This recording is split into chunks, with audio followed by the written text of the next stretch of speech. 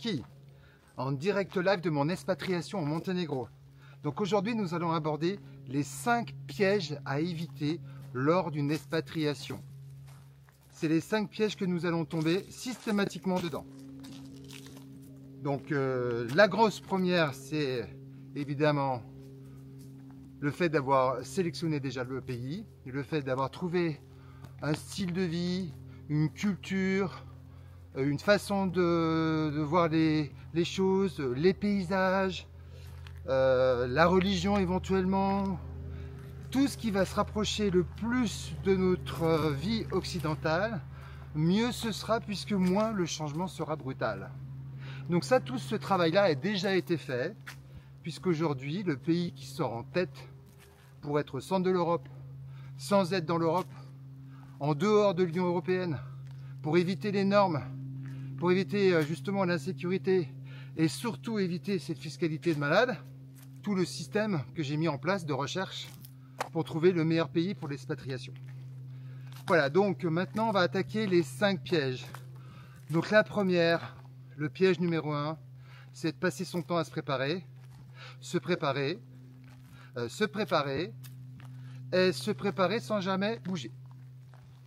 Donc ça, c'est le premier piège. Donc c'est pour ça qu'il va falloir travailler sa préparation, travailler son énergie, travailler sa volonté. Ça, c'est très important.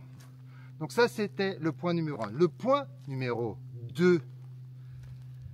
Donc le point numéro 2, c'est bien sûr la thune. C'est les finances. C'est l'argent.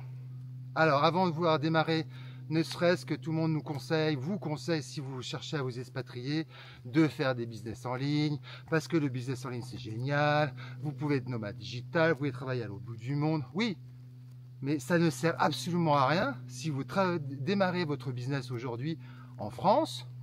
Comment voulez-vous faire un business en ligne, gagner beaucoup d'argent avec ce système de vente que vous allez faire sur Internet, si vous êtes dans un pays qui vous prend 50% d'impôts sur votre chiffre d'affaires?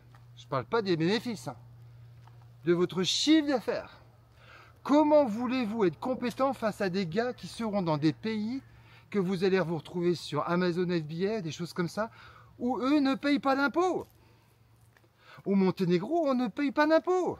Comment voulez-vous combattre des gens qui demain, moi quand je serai au Monténégro, quand je vais vendre quelque chose à 50 €, vous, il faudra le vendre 50 € pour gagner le même somme que moi.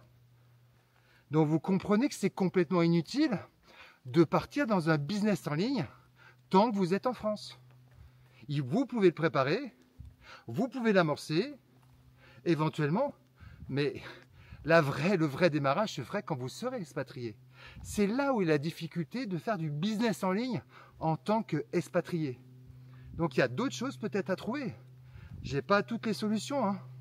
Mais surtout, je peux vous dire qu'il faut faire très attention parce qu'un business en ligne, ça ne veut pas vous solutionner tous les problèmes. Surtout si vous êtes dans un pays qui vous tabasse au niveau fiscalité. C'est même pas la peine de bouger.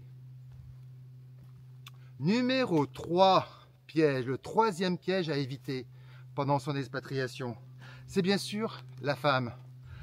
Car ça va être très compliqué de déménager et de déplacer une Française, une Belge, etc. dans un autre pays à partir de, dès 20 ans de toute manière, 20 ans jusqu'à 45, 50 ans, c'est toute une fourchette où une femme est très difficile à déplacer. Parce que il faut qu'elle habite pas loin de maman ou de papa, même si elle peut pas se blairer entre elles, mais dans tous les cas, il faut pas être loin. Il y a les petits-enfants, il y a les enfants, gna gna gna. Bon. Tout ce bordel-là fait que automatiquement, très compliqué à déplacer une femme. Dès qu'elle a passé la ménopause, bon là, elle voit la vie complètement différente, donc là, éventuellement, c'est beaucoup plus facile de la déplacer.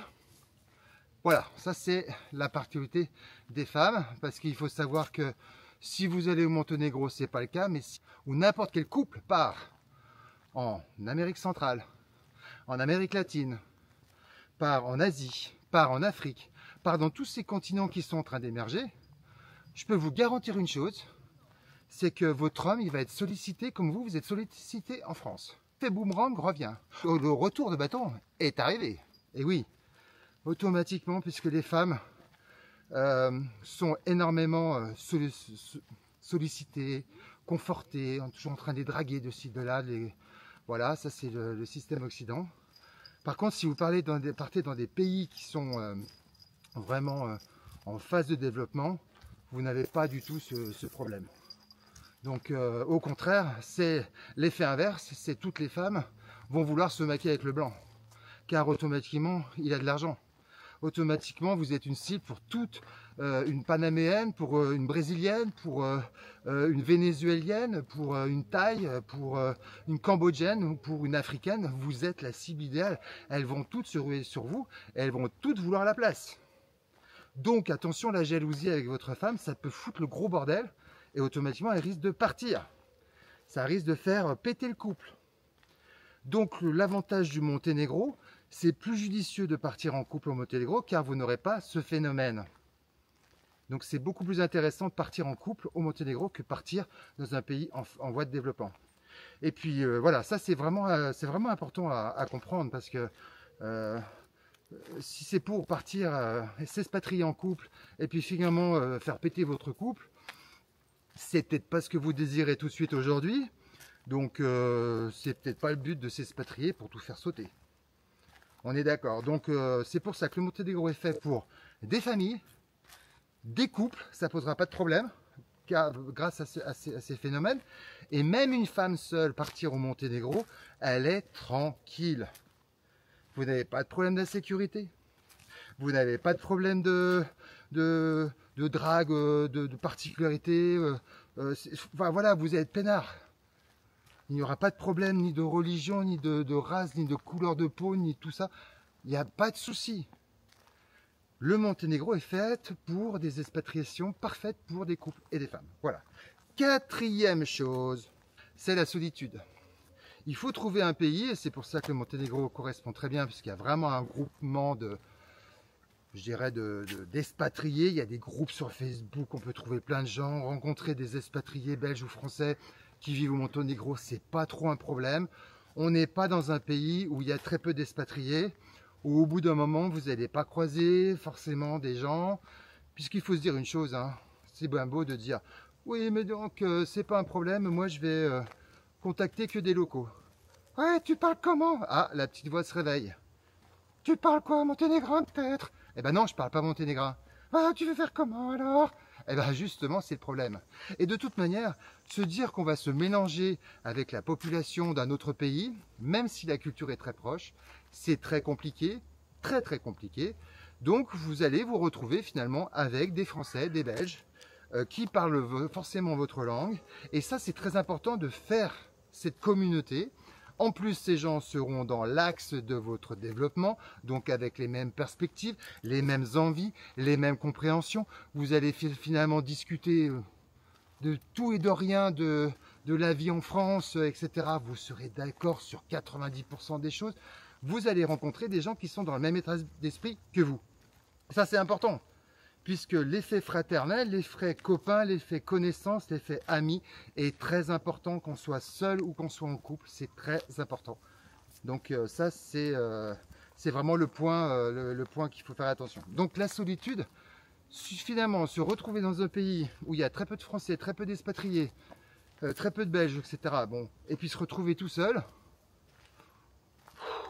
au bout d'un moment, vous allez péter un câble. Au bout d'un moment, vous allez rentrer la queue entre les jambes. Pas la goutte dans le slip, je précise, mais la queue entre les jambes. Donc, il faut faire très attention à ça. Ouais, en deux mots, faut s'enlever la pot de sauce qu'on a devant les yeux.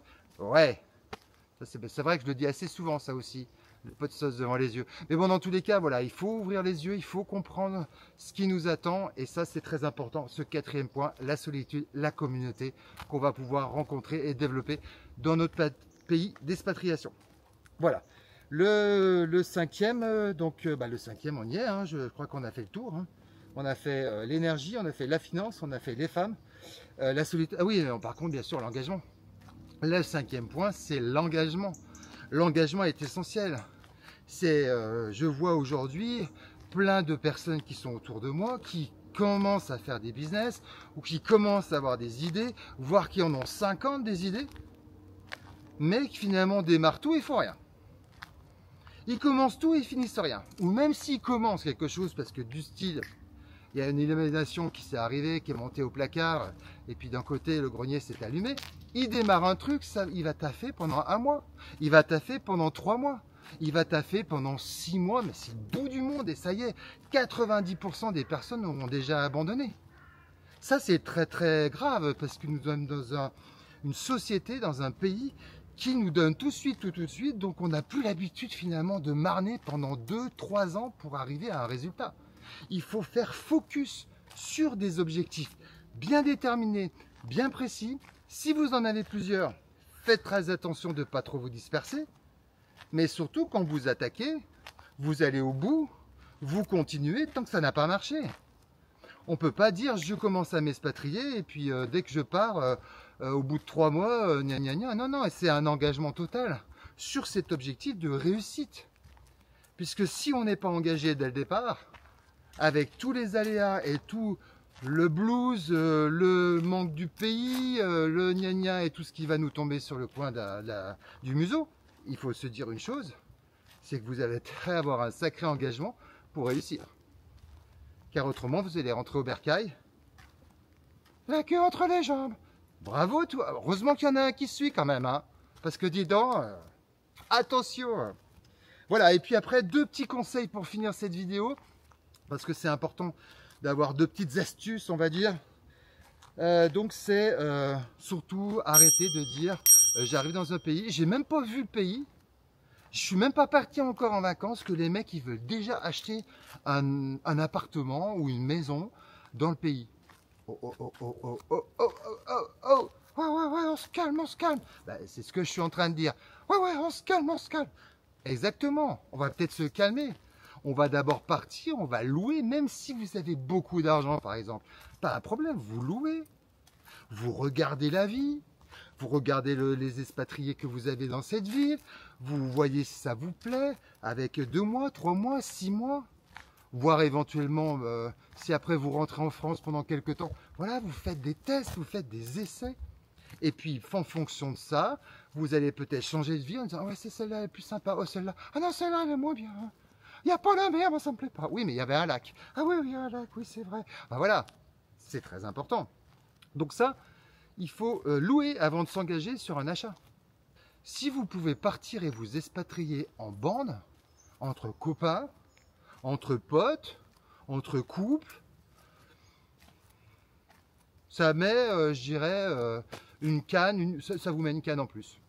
Vous avez un petit support qui va vous faire que bah, quand ça va mal aller, bah ouais, mais bon, on a nos amis qui sont là aussi, eux, ils sont pas en train d'abandonner, donc nous on va pas abandonner non plus, ouais, puis non, finalement ça va, voilà, on va pouvoir se remonter. Donc partir et s'expatrier en bande, c'est génial.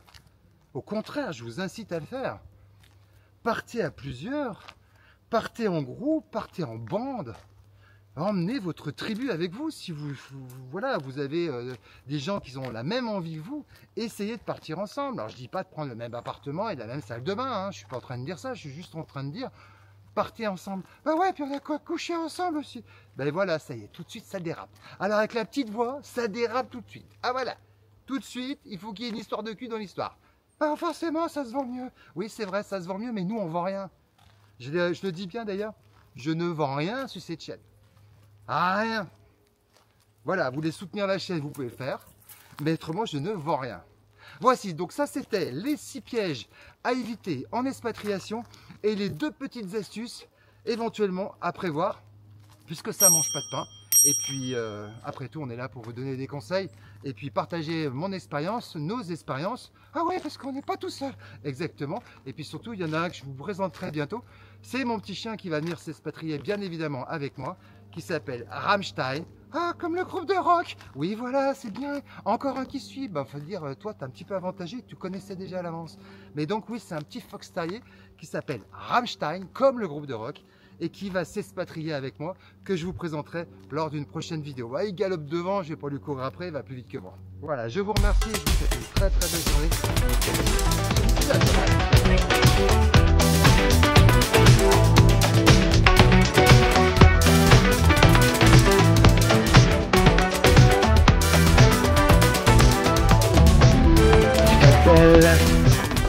J'attends que tu décroches, je sonne dans ta poche, je vibre.